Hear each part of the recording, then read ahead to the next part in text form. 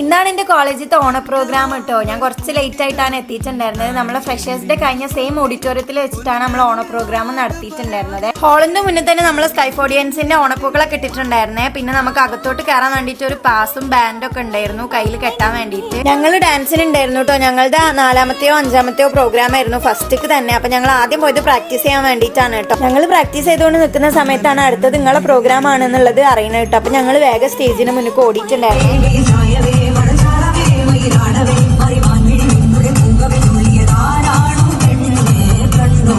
നമ്മൾ പകുതിയിൽ വെച്ച് ഇറങ്ങി പോന്നിട്ടുണ്ടായിരുന്നു കേട്ടോ. അങ്ങനെയാണ് പ്ലാൻ ചെയ്തിട്ടുണ്ടായിരുന്നത്. പിന്നെ ലാസ്റ്റിക്ക് ആരെയും കിരണൻകുട്ടി മാത്രമേ ഉണ്ടായിരുന്നുള്ളൂ കേട്ടോ. ഡാൻസ് കളിച്ച് കഴിഞ്ഞ് ഇറങ്ങിയപ്പോത്തിന് ഇവർക്ക് ആകെ വയ്യാതായിരുന്നു കേട്ടോ. കൃഷ്ണത് അവിടെ ഇരുന്ന് വെള്ളമൊക്കെ കുടിക്കണേ.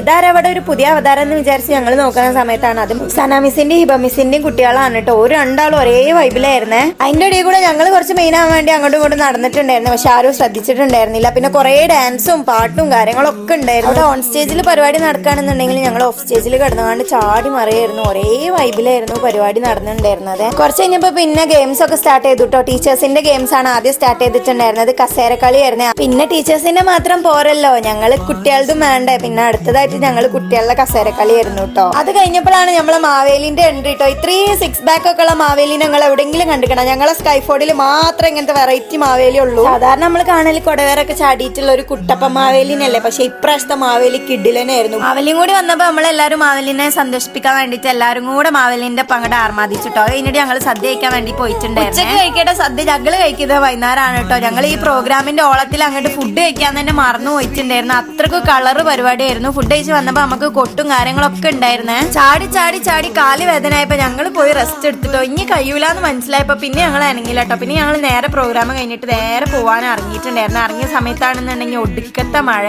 ഇനിയിപ്പോ മഴ നോക്കി നിന്നിട്ടൊന്നും കാര്യമില്ല വിചാരിച്ച് നേരെ റൂമിൽ കിട്ടേ.